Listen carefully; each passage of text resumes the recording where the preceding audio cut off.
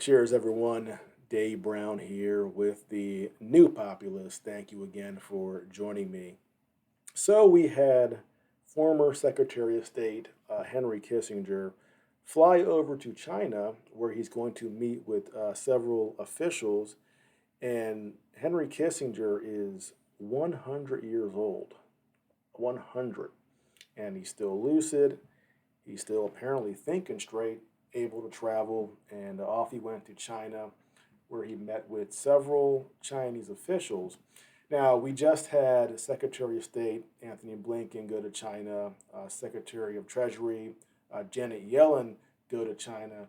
So, why is Henry Kissinger, at 100 years old, going to China? Well, when he was there, he met with the Chinese defense minister, Li Shangfu, and here he is, Henry Kissinger. Remember now, he's a private citizen. He's not a formal member of the U.S. government, and he's being sort of accepted here by the Chinese almost as like he's still the Secretary of State. So it kind of shows you the respect the Chinese have for Henry Kissinger, and of course there's again Li Shangfu on the right there. But back to why Kissinger is meeting him and not our own Secretary of Defense, Lloyd Austin. That's how it's supposed to work. Their guy, Defense Minister, our Secretary of Defense, they meet, they communicate, they keep everything copacetic, right? Well, the reason why it's Kissinger and not him goes back to the fact that we here in the United States are very unreasonable with how we are treating their Secretary of Defense, Li Shangfu. And from his office, he says himself, friendly communication between China and the U.S. has been destroyed because some people in the United States did not meet China halfway. And those people are neoliberals and neocons who have a very unkind attitude toward China, and they are very unreasonable.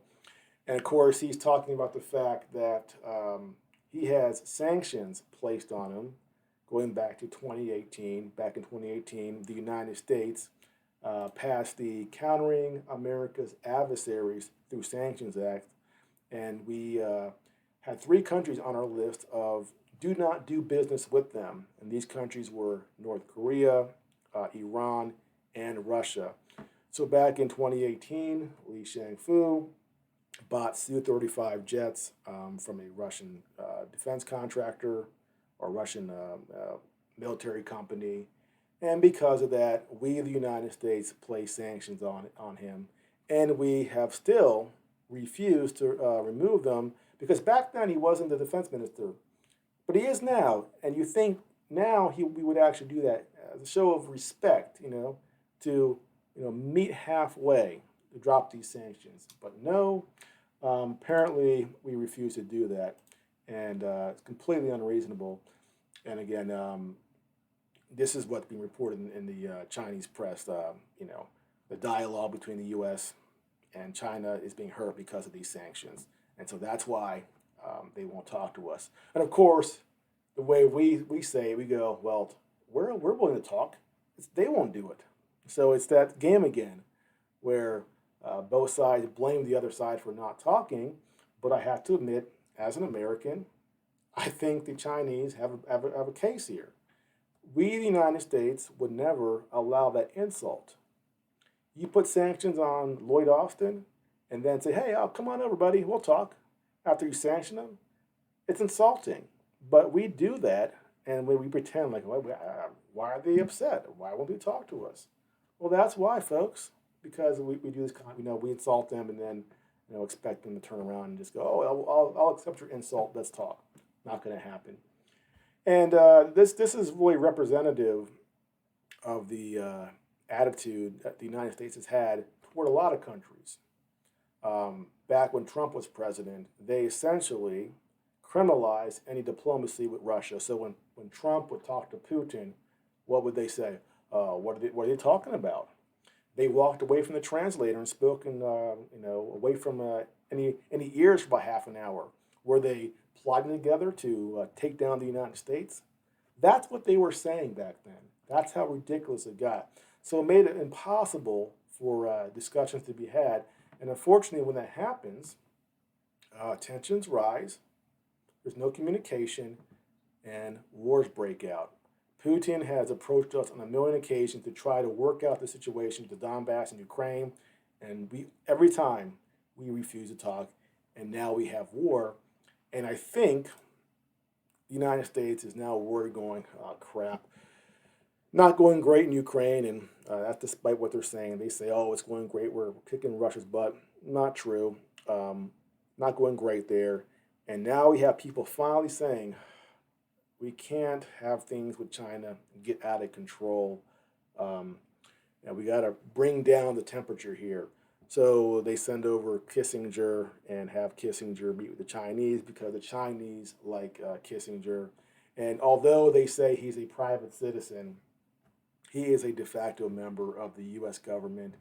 And that can be demonstrated here. There was a member from or someone from the State Department, a spokesman, and he was asked about it, and he said that, what did he say here?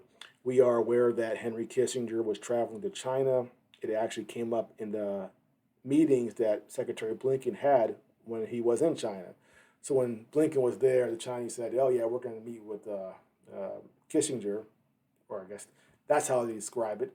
So we knew about it, and then he later says here, at some point, he wouldn't be surprised if he were to sit down with officials and brief him on his talks with the Chinese. So he's a de facto member of the State Department that is going over there to talk with the Chinese officials that refuse to talk to us because we're trying to get some dialogue here.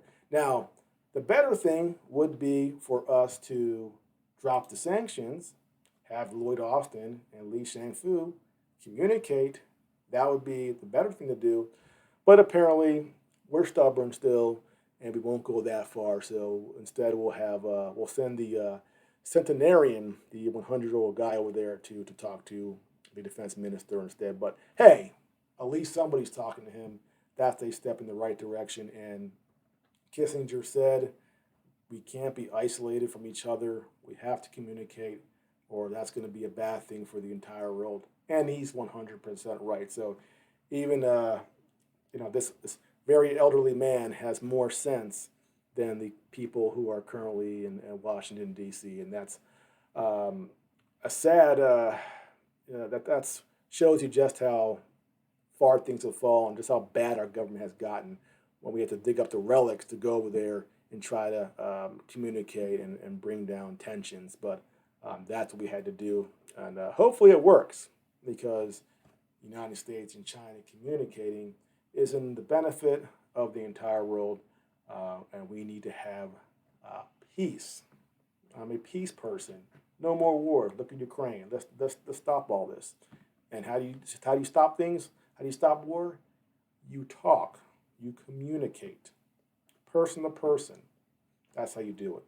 And hopefully more of that happens in the future. Well, that's it for now. If you are new to my channel, please like and subscribe, and I'll see you next time.